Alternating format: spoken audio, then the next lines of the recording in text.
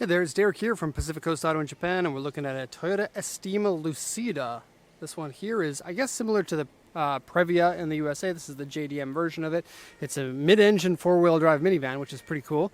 This is the auction inspection sheet. This one has 228,000 kilometers. It was bought from auction in Kanagawa in Japan. I'm going to be exporting it to the USA. And this is just going to be a post-purchase inspection video where we'll look over the condition of the car, interior, exterior, whatnot.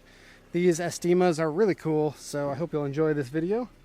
Just going to switch the engine off here because we don't need it on for the rest of the video.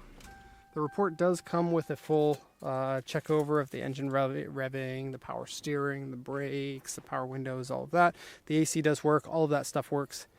Here's the cool little taste of what the Japanese ones have. I don't know if the American ones have this, but a cool and hot box to keep your drinks cold or keep your drinks hot.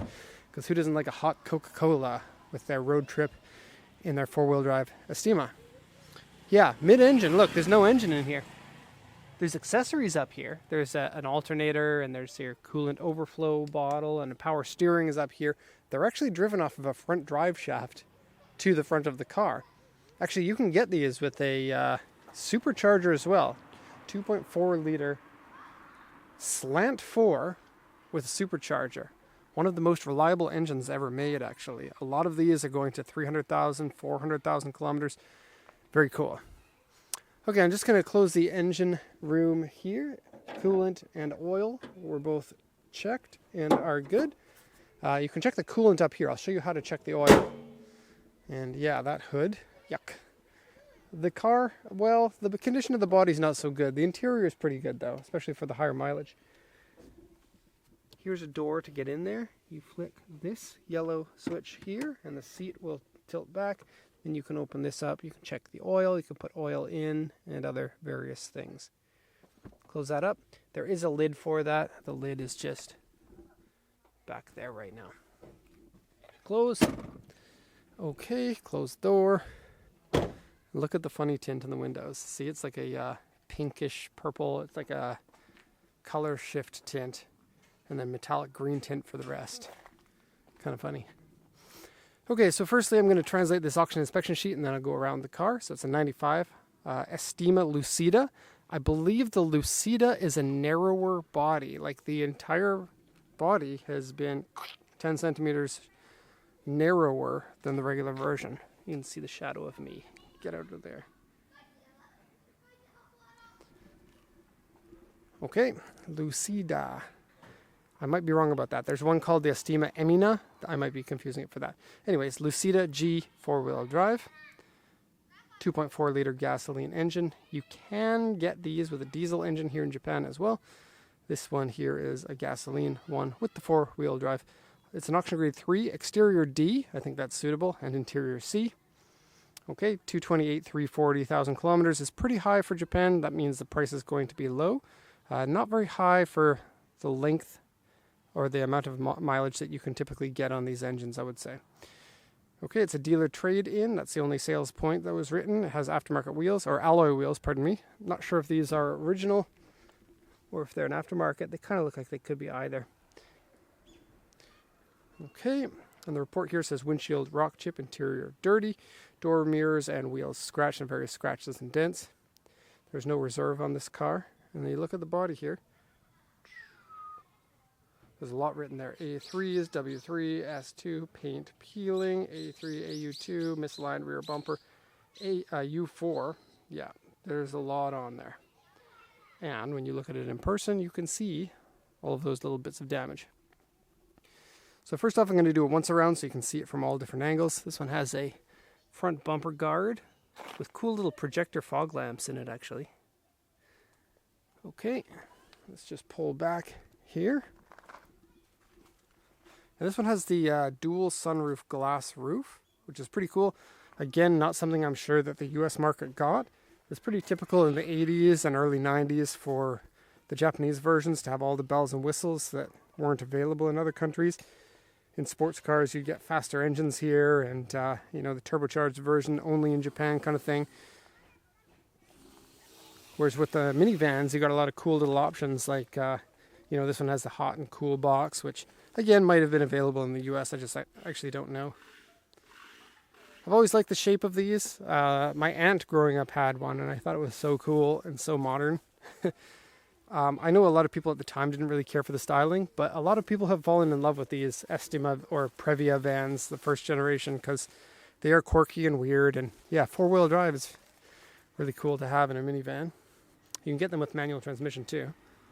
Okay, so damages. I will briefly go over this. I took a full report with full pictures and videos of the damages previously, and so I'm only going to brush over a few things here. So the hood has been painted with spray paint and done very poorly. That's a W3. That's about as bad as a W3 gets. W3 is the worst paint, like paint wave level 3 out of 3. Okay. Also has a little bit of paint fade here and here. The gasket for the windshield is curled up a bit. And this one here, they called it an S2. So S2 is surface rust on that cowl piece. Okay, looking at the bumper, there are some pretty big damages at the bottom. Also fade on the top of this bumper guard. It kind of looks like the whole car could use a full repaint just because there are so many areas of damage like that. And even the areas like this have a number of deep enough scratches that you'll see, and the paint is a bit tarnished. It would look really nice with a full repaint. And these days people are really liking a dusty blue or a khaki beige or an army green color on these older Toyotas. Put the word Toyota in the front grille, and then people are all over them. Okay, so going down here, we got a big scuff here. We got a number of small dents here that add together for an area with quite a few dents. Okay, now right after the sliding door, there's a big dent that also comes onto the sliding door. It doesn't affect the function of the sliding door at all, though.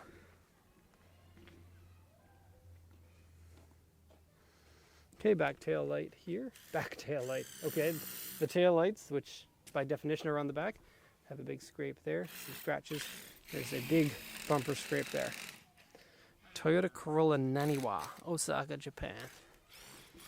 So people in Osaka and people in Tokyo or Kanto area, where we're from, kind of don't get along. It's like a rivalry type thing.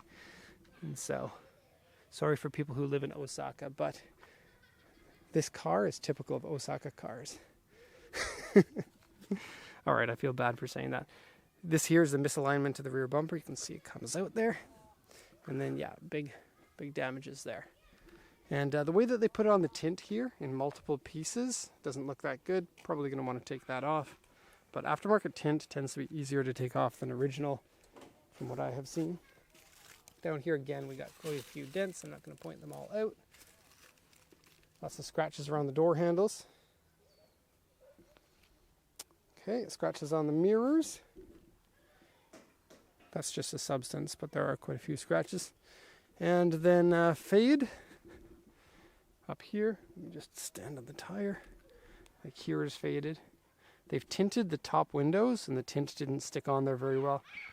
You can see here like the bubbling of the paint, and it's even worse on the other side. So let me transfer here and show you that. Okay, so we knew that the exterior wasn't that hot. The interior is all pretty fine though. Doesn't have any heavy smells other than just kind of like old car that hasn't been cleaned in a while kind of smell. These vehicles are fun to drive because pillars are really thin and you have great visibility everywhere around you. It's really something else if you haven't driven a vehicle of this era, because a lot of other vehicles were like that too. But it gives you a really unique feeling in this. The seats are pretty small. This Estima is like, compared to the Hiace, it's, down market, smaller interior, less padding in the seats, less luxury, but still pretty nice seats. Easy to get in here. Nice big steering wheel. Steering wheel's in decent shape for over 200,000 clicks on it. You can choose your fog lights. There's integrated fog lights in the headlights or those bumper guard fog lights. You can only pick one at a time unless you rewire it. Okay. So AC controls, this is climate control. You can set your temperature here in degrees Celsius. Okay, and has auto, yeah, A little bit dirty over there, but a unique look for a dashboard, especially from the 90s. Here's something neat. It has a LCD display. It doesn't work, but you can kind of see what Toyota was going for with their original Navi screen in the car in 1995. Fun. Alright, cigarette lighter is missing. Hot and cool box. I would pick cool. Doesn't fit a ton of drinks. And it has a lock nut in here. So, good to have a lock nut, that's for sure. You can pass through to the rear if you need. You can see the stain on the carpet there. Yeah, it needs a good cleaning. Now, sunroof. And big sunroof. Cool. Let's go to the rear section now. The seats in the middle row are rotating seats. I don't know how they rotate though. Let's not get hit by that Nissan Serena. Jump in! Yoicks! Yeah, so this one here explains to you how to rotate the seats. I couldn't be bothered to try to read it because my reading is terrible. But they do rotate. And if you look down, you can see the rotation mechanism when you look in there. Has CD player there. Look at this. Wow! And missing 2 vents here. Quick look at the front. Here's what I'm talking about. Glass city everywhere. No more looking around your front pillars because you can't see. I grew up in 70s cars, and they were always so easy to see out of. This one has double seat belts. It has the seat belts here, like the 3 points. Has a 2-point seat belt, lap belt, if you're going to be driving with this seat facing the other direction. And then get in. Obviously lots of leg room for the middle row. Into the back here. Decent leg room, but the cushion is down close to the ground, so you have that window underneath your legs. And I guess you could extendo your legs over here, but only one person gets to. Cup holders, which look pretty tacked on, but there they are. And then these seats can flip up to the sides. So the way that that works is this one here goes down all the way to a flat surface, and then the entire thing flips up and then hooks onto here. Pretty easy to do, gives you more room in the back here. And if you were to move these seats forward and then lay them flat, this part here can line up with this part here to give you a pseudo sleeping-like area. You can put like your bags in here or something in order to sleep on that. And then you can live in your van. And then you can afford to live in any of the major cities around the world. Because nowadays you need money from your parents or a van to live. Yeah. Open the back door. Oh, missing the Estima badge. I just noticed that. Still has the Lucida badge. And I'd mentioned before that there's one called the Emina. Yeah, switch 2 of those letters around and you might be embarrassed to say the name of your car.